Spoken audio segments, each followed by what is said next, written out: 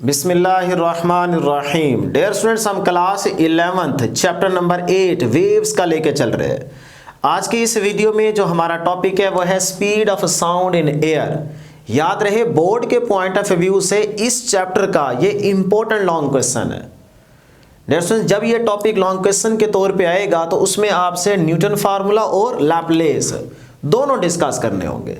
और अगर आप प्रीवियस पेपर्स उठा के देखेंगे तो उसमें यह भी आपको देखने को मिलेगा कि आपसे सिर्फ और सिर्फ न्यूटन फार्मूले की डेरिवेशन पूछी जाए, या फिर यह भी हो सकता है कि आपको वहां पे सिर्फ और सिर्फ लैपलेस करेक्शन की हेडिंग नजर आए।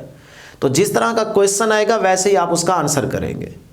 तो आज की इस वीडियो में हम ये टॉपिक कंप्लीट डिस्कस करेंगे, मींस के दोनों फार्मूले यहां पे डिस्कस करेंगे, न्यूटन भी और लैपलेस करेक्शन का भी। तो स्टार्ट करते हैं dear students, speed of sound in air को हम स्टडी करने जा रहे हैं। तो स्टार्ट हम लेंगे जिसके मैथमेटिकल फार्मूले से v is equal to speed of sound. ठीक है, v is equal to square root e divide by rho. Dear students, अब इस फार्मूले को प्रूफ करने की यहां पे जरूरत नहीं है, डायरेक्ट इसी फार्मूले को याद रखें और यहीं से स्टार्ट लेंगे। अगर आप अपने तौर पे प्रूफ करना चाहते हैं तो इसका डायमेंशनली तौर पे जो प्रूफ आपको मिलेगा, अगर आपको याद हो चैप्टर नंबर 1 का 1.7 या 1.8 न्यूमेरिकल होगा जिसका आंसर यही है, v is equal to square root e over rho. तो जैसे वहां पे आपने सॉल्व किया था न्यूमेरिकल को, वही आपके पास इसका क्या होगा, प्रूफ होगा। तो आप कर सकते हैं, लेकिन आप यहां पे इस टॉपिक में डायरेक्ट यहीं से स्टार्ट लेंगे, v is equal to square root e over rho. अब इसमें e क्या है और रो क्या है। डियर स्टूडेंट्स, याद रख लें, यहां पे जो आपके पास E है ना, ये है सिर्फ इलास्टिसिटी कह लें या मॉडुलस ऑफ इलास्टिसिटी कह लें, मॉडुलस ऑफ इलास्टिसिटी। ठीक है जी। और डेंसिटी यानी कि ये जो रो आपको नजर आ रही है, ये डियर स्टूडेंट्स यहां पे क्या है, ये है density of medium, density of medium. साथ साथ नोट करते जाए, इंशाल्लाह आपको बैठे बैठे ये टॉपिक तैयार हो जाएगा, डेंसिटी ऑफ मीडियम। ठीक है, अभी आगे कहां से स्टार्ट लें, देखें स्पीड ऑफ साउंड। साउंड से आपको एक चीज और मिल गई, क्या कि भी हम जानते हैं, as we know that sound waves are longitudinal waves, यही पढ़ा था ना। तो देखें पॉइंट्स बनते जाएंगे, लॉन्गिट्यूडिनल, लॉन्गिट्यूडिनल वेव्स। अभी अगला पॉइंट क्या लिखें, तो डिस्टेंस यहीं से, speed of sound waves, speed of sound waves depends upon, ये फर्स्ट पैराग्राफ में आपको पहला एमसीक्यू मिल गया। ठीक है, वहां पे लिखा हुआ है, साथ बुक भी रखें और अंडरलाइन करते जाए या देखते जाए। Speed of sound waves depends upon, दो चीजों पे डिपेंड करेगी। ठीक है, फर्स्ट पैराग्राफ में ये लिखा हुआ है। नंबर 1 कंप्रेसिबिलिटी, लेकिन मैं यहां पे कंप्रेसिबिलिटी की जगह वर्ड यूज करूंगा इलास्टिसिटी, वो ज्यादा आसान है क्योंकि उससे ना आपको आगे वाले रिलेशन जल्दी समझ आएंगे। ठीक है, जो एमसीक्यू बनेंगे, अगर कंप्रेसिबिलिटी का इलास्टिसिटी के साथ रिलेशन देखें तो वो इनवर्स बनता है। तो आपकी मर्जी, जो वर्ड आप यूज करना चाहते हैं कर सकते हैं, लेकिन फिर रिलेशन भी याद रखिएगा, फिर ये ना हो कि डायरेक्ट और इनवर्स भूल जाना। ठीक है, तो मैं यहां पे लिखता हूं number 1, speed of sound waves जो है वो डिपेंड करती है इलास्टिसिटी, इलास्टिसिटी। और नंबर 2 मीडियम, मीडियम से आपको पता चल गया कि इनर्शिया। तो यहां पे सेकंड पॉइंट क्या आ जाएगा, इनर्शिया। ठीक है, इन दो चीजों पे स्पीड ऑफ साउंड डिपेंड करेगी। अब dear students, next speed of sound in different medium. भाई डिफरेंट मीडियम में स्पीड ऑफ साउंड का रिलेशन कैसे रहेगा। तो किस चीज़ को देखकर हम अंदाज़ा लगाएंगे कि भाई वहाँ पे स्पीड ऑफ साउंड ज़्यादा होगी और फलां मीडियम में स्पीड ऑफ साउंड की वैल्यू कम होगी।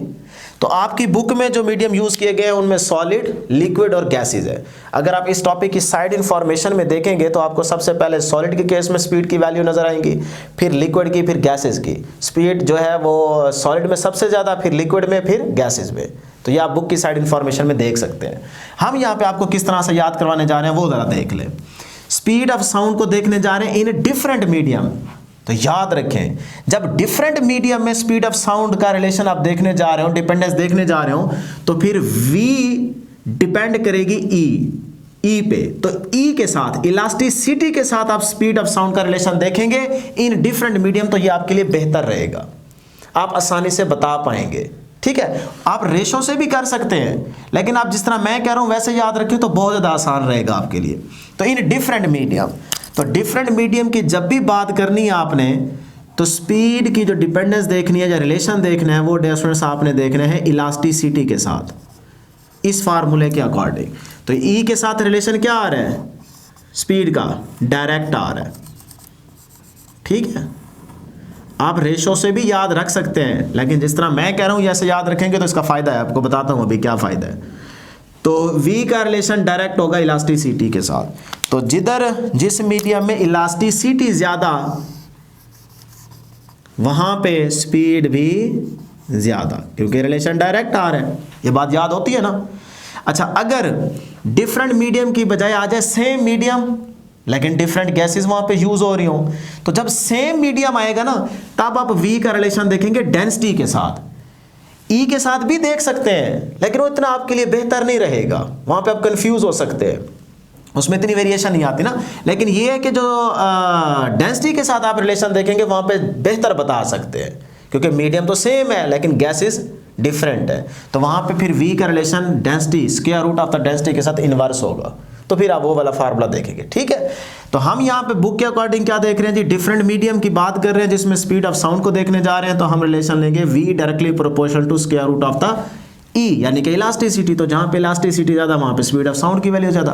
तो अब सॉलिड में क्या होती है, इलास्टिसिटी ज्यादा, इसीलिए मैंने यहाँ पे कंप्रेसिबिलिटी का वर्ड यूज नहीं किया, ताकि आप किसी चक्कर में ना पड़े।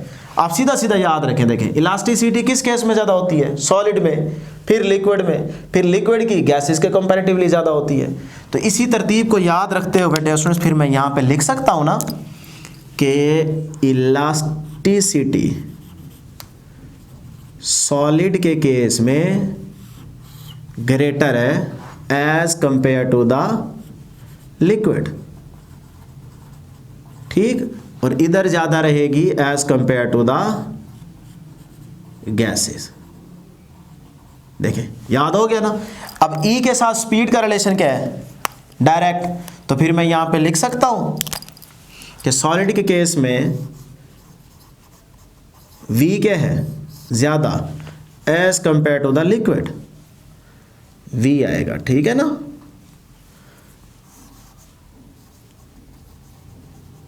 लो जी, ये आपके पास 3-4 MCQ हो गए,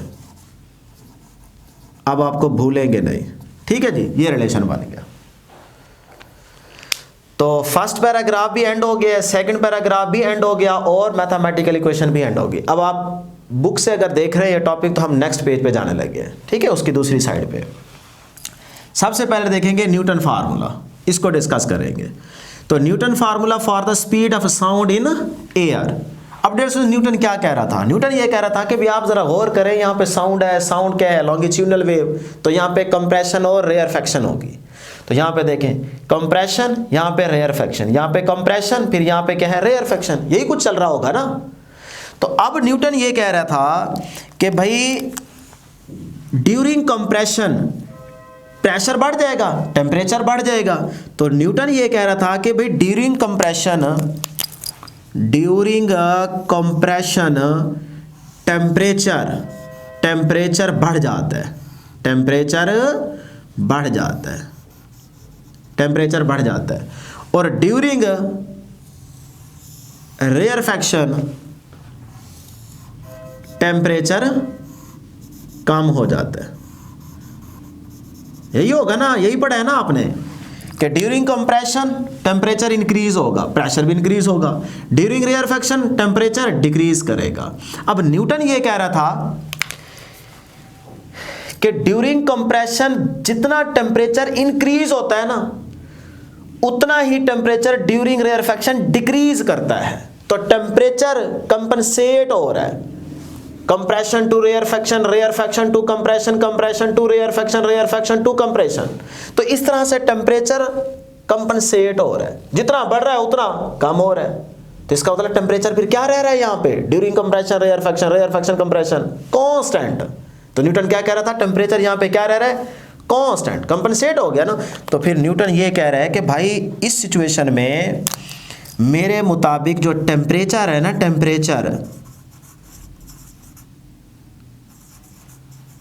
टेम्परेचर ये कांस्टेंट रह रहा है यहाँ पे, ये क्या है, कांस्टेंट। अब अगर टेम्परेचर कांस्टेंट है तो एवरेज काइनेटिक एनर्जी क्या रहेगी, एवरेज काइनेटिक एनर्जी भी कांस्टेंट रहेगी। लिख सकता हूं ना। तो ये दो और आपको एमसीक्यू मिल गए। फिर आप बाद में पूछते हैं सर एमसीक्यू कहाँ से तैयार करें, भैया बनाते तो जा रहे हैं हम साथ साथ, इन पॉइंट्स को याद रखें, यही आपसे एमसीक्यूज में पूछे जा सकते हैं। अब टेम्परेचर अगर कांस्टेंट रहे तो फिर ये प्रोसेस कौन सा होता है, आइसोथर्मल, टेम्परेचर आ रहा है, ठीक है। तो इसका मतलब फिर ये प्रोसेस क्या हुआ, ये प्रोसेस हुआ isothermal,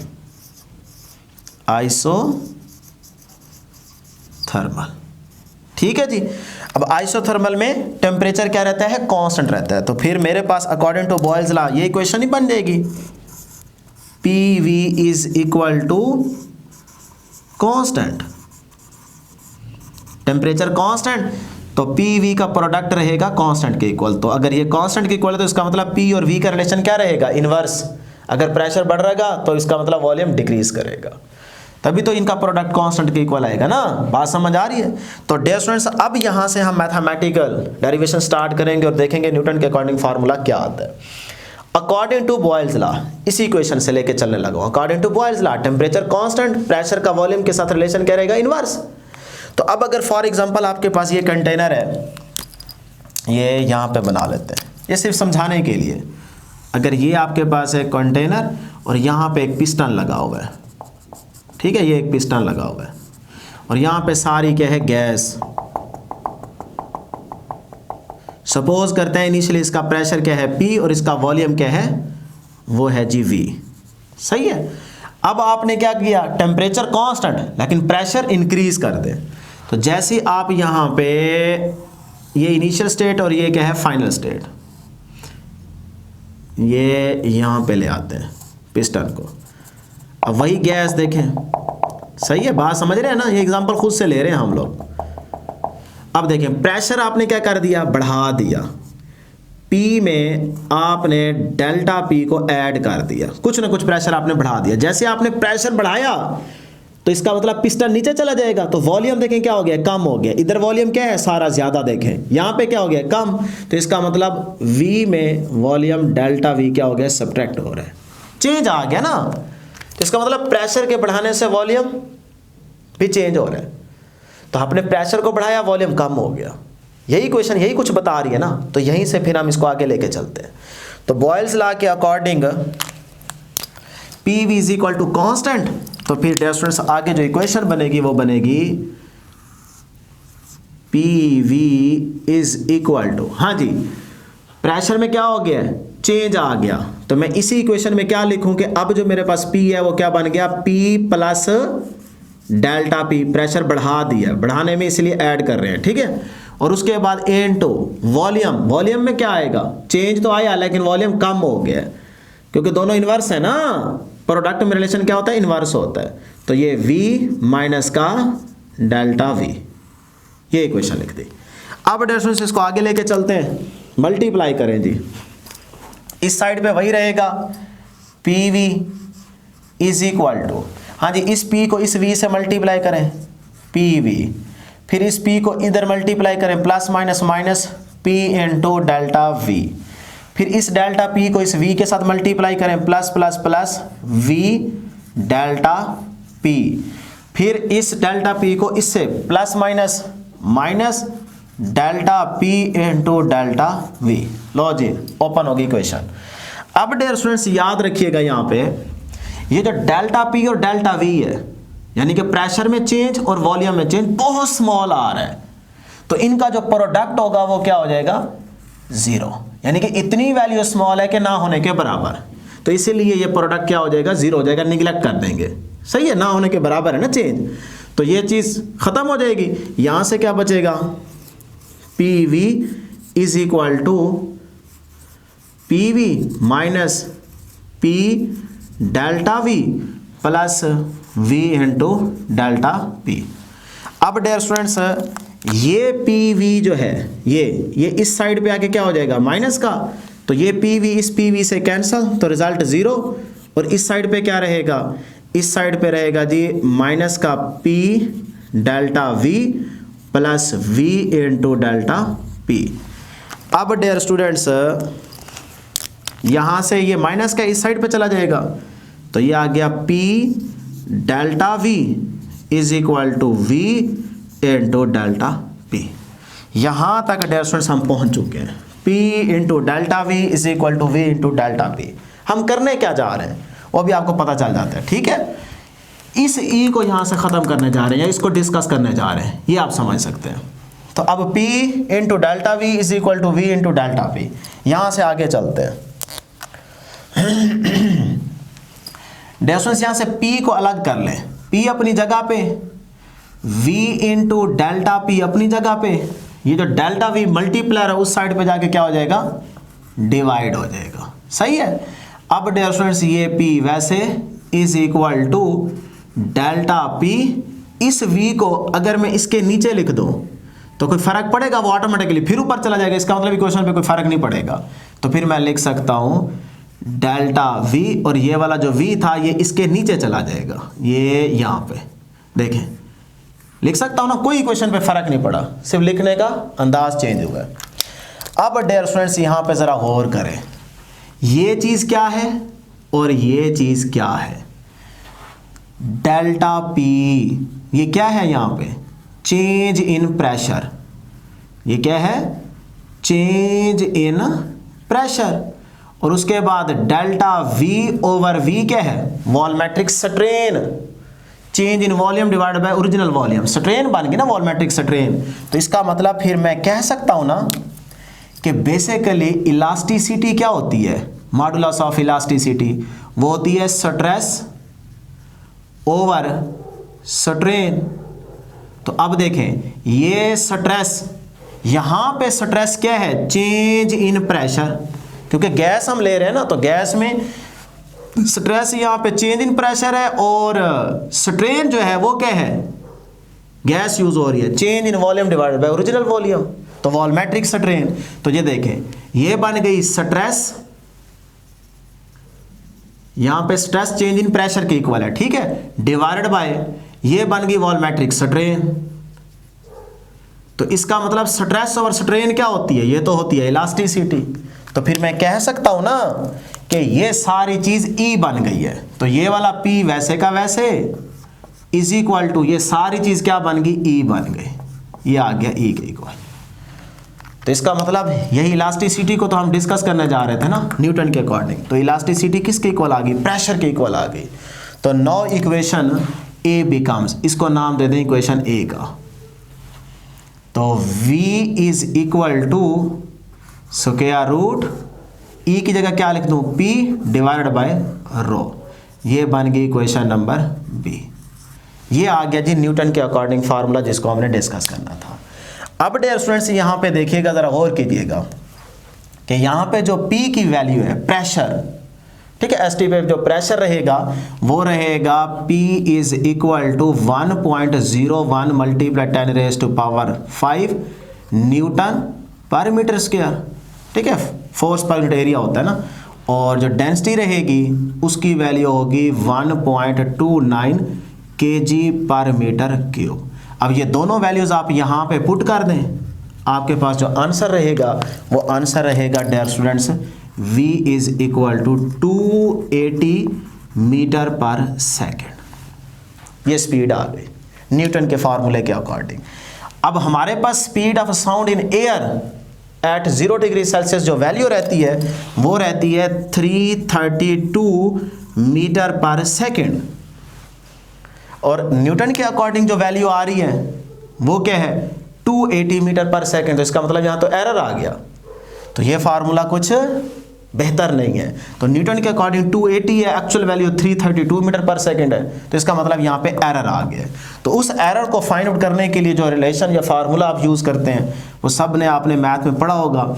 actual value 332 minus observed value जो आपने फाइंड आउट किया है वो क्या है 280 डिवाइड बाय एक्चुअल 332। अगर परसेंटेज में चाहिए तो मल्टीप्लाई 100 कर दें, सही है। तो इसको अगर आप सॉल्व करें तो ये आता है 15.9%, जिसको आप नियरली इक्वल टू लिख सकते हैं 16%। ये आपका इंपॉर्टेंट एमसीक्यू है कि न्यूटन के अकॉर्डिंग जो फार्मूला है उसके हमारे पास रिजल्ट क्या आया 280, लेकिन उसमें एरर आ गया। वो एरर जो आया वो कितना है 15.9 की हेडिंग नजर आए, तो ये सेलेक्ट करनी है, नहीं तो नियरली इक्वल टू 16%।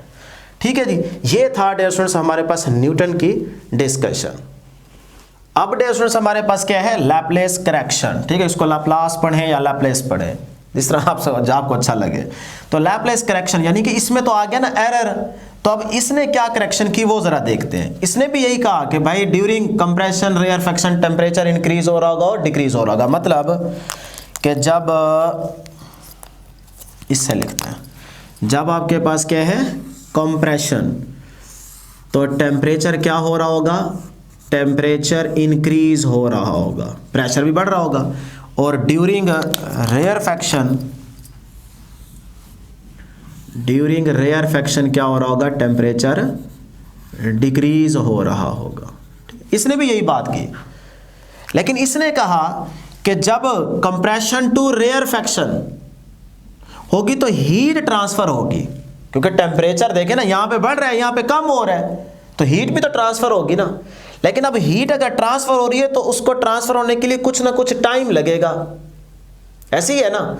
लेकिन डियर स्टूडेंट्स याद रहे लैपलेस ये बात कर रहा था कि ये जो compression to rarefaction, rarefaction to compression, compression to rarefaction, ये प्रोसेस चल रहा है, ये इतना रैपिडली हो रहा है, इतना तेजी से हो रहा है कि हीट ट्रांसफर ही नहीं हो पा रही, टाइम लग ही नहीं रहा कि हीट ट्रांसफर हो जाए, बल्कि हीट कंप्रेशन में कांस्टेंट रह जाती है और रेयरफेक्शन में भी कन्फाइंड रह जाती है। कन्फाइंड का वर्ड बुक में लिखा हुआ है कांस्टेंट रहना, सही है। तो इसका मतलब ये प्रोसेस इतना तेजी से चल रहा होता है कि हीट ट्रांसफर ही नहीं हो पाती, क्योंकि उसको ट्रांसफर होने के लिए तो टाइम लगेगा, और टाइम यहां पे लग नहीं रहेगा क्योंकि ये प्रोसेस इतना तेजी से हो रहा है, compression to rarefaction, rarefaction to compression, compression to rarefaction, कि हीट ट्रांसफर ही नहीं हो पा रही। कंप्रेशन की हीट कंप्रेशन में ही रह रही है और रेयरफेक्शन की हीट रेयरफेक्शन में ही रह पा रही है, तो इसका मतलब हीट क्या रह रही है फिर कांस्टेंट। तो जिसकी वजह से उसने कहा कि भाई ये उसने करेक्शन की कि भाई हीट जो है यहां पे हीट ये कांस्टेंट रह रही है। अब अगर हीट कांस्टेंट रह रही है तो फिर डियर स्टूडेंट्स जो टोटल काइनेटिक एनर्जी होगी वो क्या रहेगी, वो भी कांस्टेंट रहेगी, बस ये फर्क है, सही है ना। तो फिर प्रोसेस कौन सा होगा जिसमें हीट कांस्टेंट रहे, वो प्रोसेस कौन सा होता है एडियाबैटिक। तो फिर ये प्रोसेस कौन सा होगा जी एडियाबैटिक, सही है ना। अब एडियाबैटिक प्रोसेस है तो इसके लिए रिलेशन क्या रहेगा, पी वी के gamma is equal to constant, ठीक है। अब डियर स्टूडेंट्स इसमें नई चीज क्या आ गई है, ये गैमा। अब भाई गैमा क्या प्लान है, तो डियर स्टूडेंट्स फिर याद रख लें गैमा है रेशो Cp ओवर Cv की। भाई Cp क्या है, Cp है dear students molar specific heat, molar specific heat at constant pressure, at constant pressure. और Cv क्या है, molar specific heat at constant volume. ठीक है, ये रेशो याद रखिएगा। अब डेफिनेशन वही तरतीब according to Boyle's law, pressure अगर बढ़ रहा है तो वॉल्यूम कम हो रहा होगा। जिस तरह यहाँ पे आपने मैथमेटिकल स्टार्ट किया था वैसे ही यहाँ से मैथमेटिकल स्टार्ट करें, बस फर्क ये है कि यहाँ पे पावर में क्या आ रहा है, गैमा आ रहा है। इसको वैसे ही हम उड़ा देंगे। तो ये देखें जी, इक्वेशन बनेगी, बहुत आसान है, टेंशन ही नहीं देख के मैथमेटिकल को। पी वी की गैमा इज इक्वल टू, हाँ जी क्या करें, प्रेशर में चेंज आ गया ना, तो ये आ जाएगा पी के अंदर डेल्टा पी ऐड हो जाएगा और इनटू वी के अंदर माइनस डेल्टा वी होल की पावर गैमा। कोई है मसला? नहीं है ना? चले जी। अब नेक्स्ट रिलेशन देखिएगा, पी वी की गैमा अपनी जगह पे is equal to P plus delta P अपनी जगह पे। इधर से ना मैं इन दोनों में से v की पावर गैमा कॉमन लेने लगा हूं। अब v की पावर गैमा तो इसके ऊपर भी है, इसके ऊपर भी है, बात समझ रहे हैं ना? तो इसका मतलब मैं अगर इसमें से v की पावर गैमा बाहर निकाल लूं, ये v की पावर गैमा बाहर आ गया, तो अंदर क्या रहेगा, यहां पे तो रहेगा 1, क्योंकि v की पावर गैमा बाहर निकल आया, माइनस यहां पे देखिए v की गैमा है नहीं, यानी कि यहां v नहीं है। तो जो चीज मल्टीप्लिकेशन में बाहर निकले और दूसरे में ना हो तो वो दूसरे पे डिवाइड हो जाती है, और जो डिवीजन में बाहर निकले वो अगर दूसरे में ना हो तो मल्टीप्लाई हो जाती है। मैथ वाले स्टूडेंट्स ये बात जानते होंगे, बायो वाले याद रख लें, ठीक है, रट्टा मार लें। तो v की गैमा बाहर आ गया, यहां पे रहेगा 1 माइनस डेल्टा v। अब इसमें नहीं है ना, मल्टीप्लिकेशन में बाहर निकले तो इसके नीचे v क्या हो जाएगा, डिवाइड हो जाएगा, सही है, और होल की पावर गैमा। सही है यहां तक? देखिए 1 माइनस डेल्टा वी की गैमा रहेगा, फिर डिवाइड बाय वी की गैमा रहेगा। तो 1 की गैमा लिखे लिखे की बात है, तो मैंने ओवरऑल इस पूरी टर्म पे होल की पावर गैमा मेंशन कर दिया। क्लियर? तो इससे फर्क नहीं पड़ता अलग अलग लिखें या होल की पावर लिख दें। अब डेफिनेशन नेक्स्ट देखिएगा, इस साइड पे क्या आ रहा है आपको नजर, वी की गैमा, इस साइड पे देखें क्या मिल रहा है, वी की गैमा। मल्टीप्लीकेशन है ना, ये वाली वैल्यू, ये वाली वैल्यू और ये वाली वैल्यू, तो कैंसिल हो सकती है। क्लियर? तो पीछे क्या बचेगा, पीछे बचा जी इस साइड पे P इज इक्वल टू, इस साइड पे बचेगा P plus delta P into 1 minus delta V divide by V whole की पावर गैमा। लो जी ये रिलेशन बन गया। इस रिलेशन को हम नाम दे देते हैं इक्वेशन नंबर, वो थी A, ये थी B, और ये हम इसको नाम दे देते हैं 1 का, इंपॉर्टेंट को C का नाम देंगे, ठीक है, फार्मूले वाले को। यहां तक किसी को मसला नहीं होना चाहिए, बिल्कुल आराम से चल रहे हैं, बड़ी सिंपल सी चीज़ों को लेके चल रहे हैं, ठीक है। अब यहां से गौर करना है, ये जो चीज़ है ना डियर स्टूडेंट्स, ये आपके पास मैथमेटिकल वालों को समझ आ गई होगी कि ये फार्मूला बन रहा है बाइनोमियल सीरीज का, यानी कि फार्मूला या थ्योरम है, बाइनोमियल थ्योरम। तो उसका फंक्शन भी कुछ इस तरह से आपको नजर आता है, जिसका मैथमेटिकल प्रूफ भी है। तो आप प्रूफ की तरफ नहीं जाएंगे, सिर्फ इसको थोड़ा सा ओपन करेंगे। 1 minus delta V over V, इस वैल्यू को ना एक पूरी वैल्यू समझें, ये ऐसे, सही है ना, यानी कि a माइनस बी होल की पावर n या गैमा जो कुछ मर्जी है, ये एक वैल्यू है, फिर ये पूरी एक वैल्यू है, इसको a कह लें, इसको b कह लें, सही है, और इसको गैमा। हो सकता है इसको आप 1 का 1 रहने दें, इसको x कह लें, इसको n कह लें। अगर मैथ आप जानते होंगे तो वहां पे x और n की बात की जाती है। बहरहाल ये एक वैल्यू, ये एक वैल्यू और ऊपर पावर है। तो बाइनोमियल सीरीज या बाइनोमियल थ्योरम को हम यहाँ पे यूज करेंगे। तो मैथ के पॉइंट ऑफ व्यू से मैं आपको समझा देता हूँ आसान करके कि यहाँ पे फार्मूला इसको ओपन कैसे करेंगे। बाइनोमियल सीरीज का फार्मूला होता है आसान से आसान 1 प्लस x की पावर, मैथ वाले बच्चे जानते होंगे, ये होता है बाइनोमियल सीरीज, 1 प्लस x की पावर n। अब इसको ओपन कैसे करते हैं, तरीका सुन लें, यही आपने याद रखना है, रट्टा मार लें।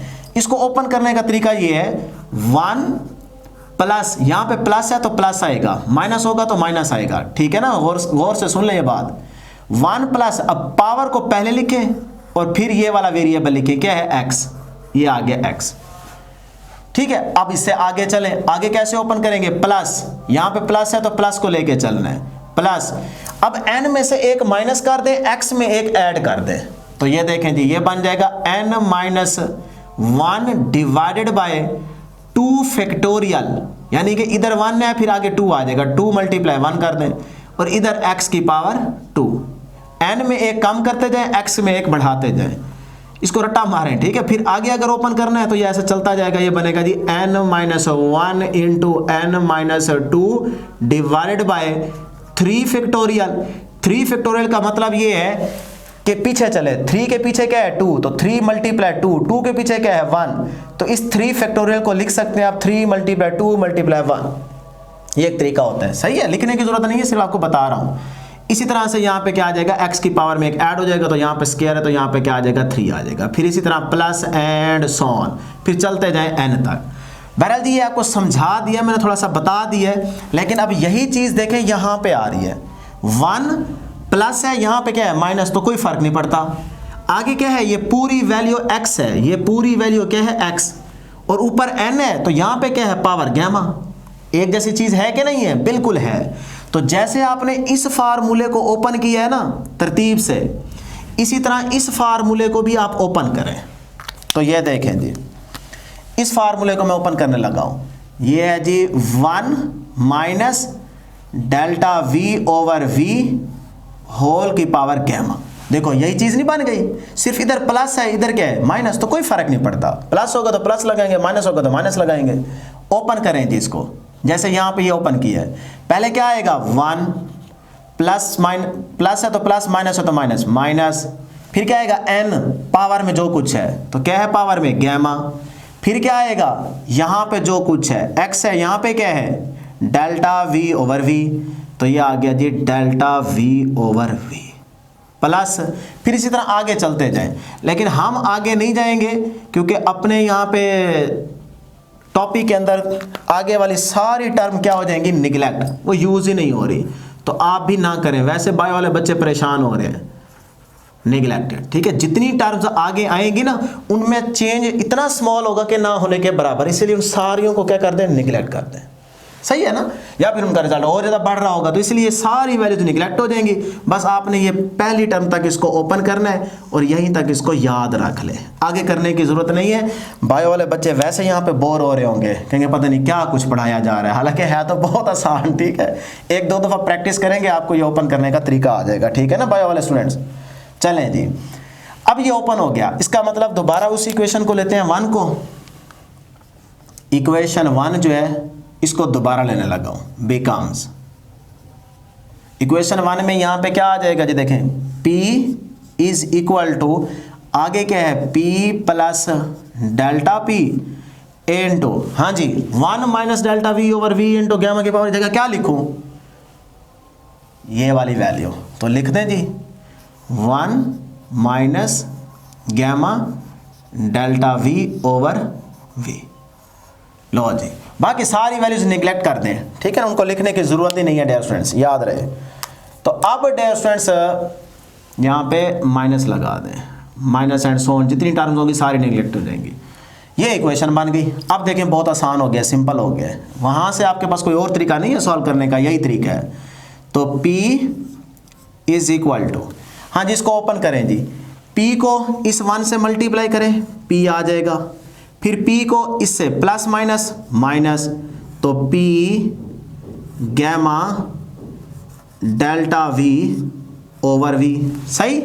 फिर प्लस प्लस प्लस P को, अच्छा P को इन दोनों से कर दिया ना, अब इसकी बारी है प्लस, और यहाँ पे भी क्या है प्लस, तो plus plus plus delta P को 1 से तो डेल्टा P, फिर इस डेल्टा P को इसके साथ तो प्लस माइनस माइनस, तो डेल गैमा तरतीब से लिख लेना डेल्टा P डेल्टा V, ये देखें ये गैमा, ये डेल्टा P, ये डेल्टा V और ये डिवाइडेड बाय V। लो जी ओपन हो गया, सही है। P को 1 से P plus minus minus, P gamma delta V over V, plus plus plus delta P plus minus minus gamma delta P delta V divide by V, multiply कर दिया, ओपन कर दिया जी। चले जी, अब डिस्टेंस फिर देखें, यहाँ पे जब डेल्टा P डेल्टा V आ रहा था, कहाँ पे वहाँ पे ये कहाँ पे है, ये देखें डेल्टा P डेल्टा V 0 कर दिया था क्योंकि स्मॉल चेंज था। अब दोबारा यहाँ पे देखें, ये देखें जी डेल्टा पी डेल्टा वी फिर से आ गया। तो इसका मतलब ये जो पूरी टर्म आपको नजर आ रही है ये फिर क्या हो जाएगी, निगलेक्ट हो जाएगी, जीरो हो जाएगी। इसको निगलेक्ट कर दें।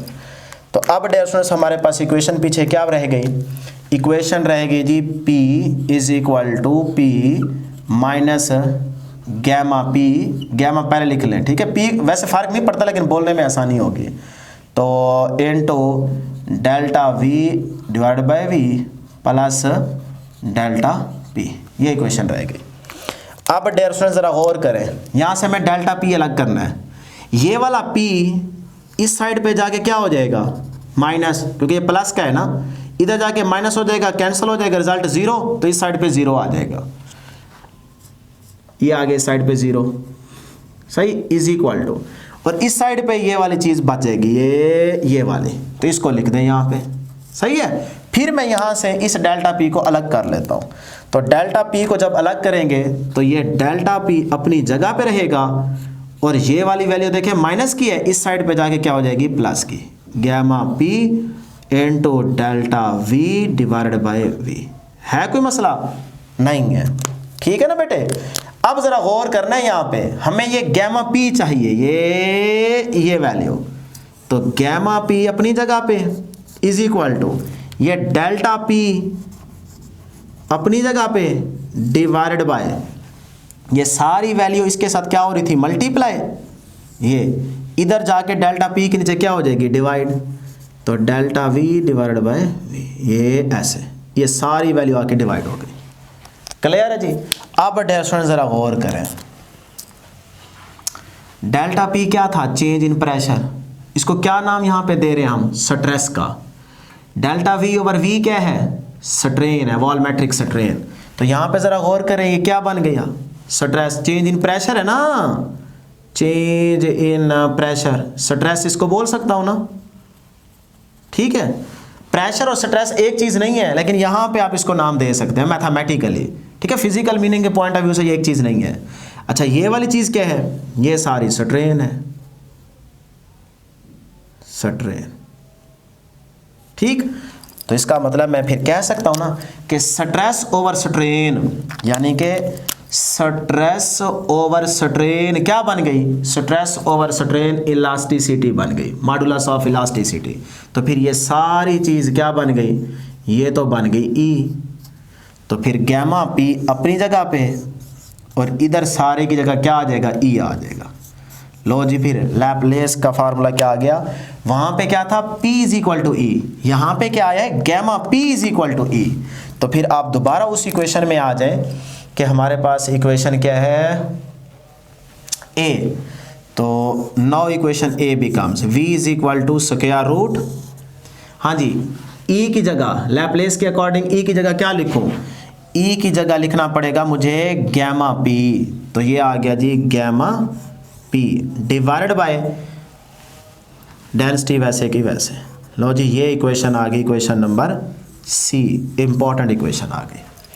अब डियर स्टूडेंट्स फिर वही बात क्या कि भाई हमारे पास जो गैमा है, अब डिफरेंट गैसेस के लिए गैमा की वैल्यू भी डिफरेंट होगी। तो आपकी बुक में जो यूज़ की गई है वो डायटोमिक गैस यूज़ की गई है, उसका जो हमारे पास गैमा की वैल्यू दी गई है वो है 1.42, या 1 भी लिख सकते हैं, 1.41 लिख लें या 1.42 कर लें, सही है। तो अब ये गैमा की वैल्यू यहाँ पे पुट करें, और आप प्रेशर की वैल्यू जानते हैं, प्रेशर की वैल्यू क्या थी, ये कहाँ लिखी है जी, ये खड़ी है। तो 1.01 मल्टीप्लाई 10⁵, इसी तरह फिर डेंसिटी की वैल्यू क्या थी 1.29। तो ये वैल्यूज पुट करें, साथ में यूनिट याद रखिएगा, यहाँ पे न्यूटन पर मीटर स्क्वायर और यहाँ पे केजी पर मीटर क्यूब, केजी पर metre cube, Newton per metre square, सही है ना। अब ये वैल्यू सारी पुट करें, स्क्वायर रूट लेंगे, तो जो आपके पास आंसर आएगा V का वो आएगा जी 333, या फिर आप इसको 332 भी कह सकते हैं, मीटर पर सेकेंड, ये वैल्यू आती है। तो डियर स्टूडेंट्स हमारे पास speed of sound in air at 0 degree Celsius जो वैल्यू थी वो थी 332 मीटर पर सेकेंड। तो अब देखें क्या आ रही है, 333 मीटर पर सेकेंड। तो इसका मतलब लैपलेस के अकॉर्डिंग बिल्कुल वैल्यू क्या आई है, ठीक है। ये तो एरर ख़त्म नहीं हो गया जो न्यूटन के केस में आ रहा था। तो ये थी लैपलेस करेक्शन का मैथमेटिकल रिलेशन या डिस्कशन। अब डियर स्टूडेंट्स यहाँ से छोटा सा एमसीक्यू याद रखिएगा। देखें ये जो गैमा पी है ना, गैमा पी, ये किसके इक्वल आ रहा है, इलास्टिसिटी के इक्वल आ रहा है, मॉडुलस ऑफ इलास्टिसिटी। तो इसके साथ लिखें यहाँ पे कैसा प्रोसेस था, एडियाबैटिक, तो ये कहलाएगा ई आई, सही है, सॉरी इसको ई ए कह लें, आइडियाबैटिक, ठीक है। और यहाँ पे ये प्रोसेस कैसा था, आइसोथर्मल, तो यहाँ पे लिख लें आई। अब आपसे एमसीक्यू कैसे पूछा जा सकता है, देखें ई, अच्छा इसको क्या नाम देंगे, इसको नाम देंगे एडियाबैटिक बल्क मॉडुलस। इसको क्या नाम देंगे, इसको नाम देंगे आइसोथर्मल